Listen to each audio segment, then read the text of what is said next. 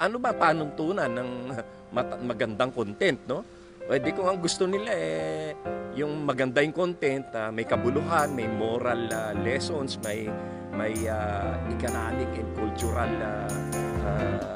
relevance. Lagyan lang ng Itbulaga lahat ng lahat ng istasyon, di ba? Baka naman yun ang panuntunan nila ng magandang programa o lahat ng TV station, lahat ng lagyan ng Itbulaga.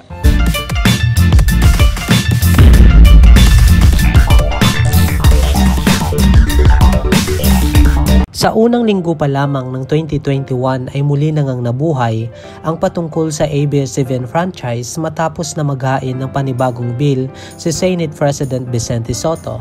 Sa nasabing bill ay nilalayo nito ang pagbibigay ng panibagong prangkisa sa ABS-CBN matapos na ma-expire ito noong May 2020. Isa sa ibinigay na dahilan ni Senate President Sotto ay ang pangunguna ng ABS-CBN sa TV ratings mula sa Kantar Media na galing mula September 2019 nationwide TV ratings kung saan kasalukuyan pa silang nasa ere. Sa nasabi ring data ay pinapakitang nangunguna ang ABS-CBN na may 45% audience share kumpara sa 31% ng sa GMA. Patunay umano ito na marami ang nakatutok sa ABS-CBN sa buong Pilipinas at sila ang pangunahing pinagkukunan ng impormasyon.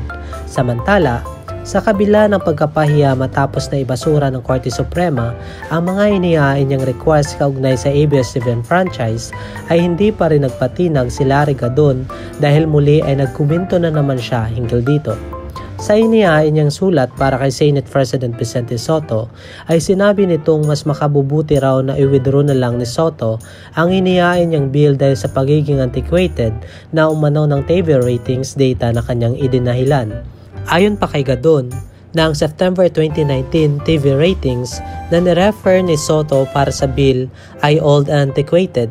Idinagdag pa nito na hindi na raw totoo ang mga nasabing data. This is no longer true as of this time, giit nito. Sa kanyang sulat na ang bill na inihain ni Senator Vicente Sotto ay technically and legally flawed, hindi na raw dapat umano pag-usapan ang renewal dahil napaso na ito. Mr. President, it is very elementary that a franchise can be renewed only if it is still subsisting during its term or prior to its expiration. It is rather basic that an expired franchise cannot be the subject of a renewal, paliwanag ni Gadon.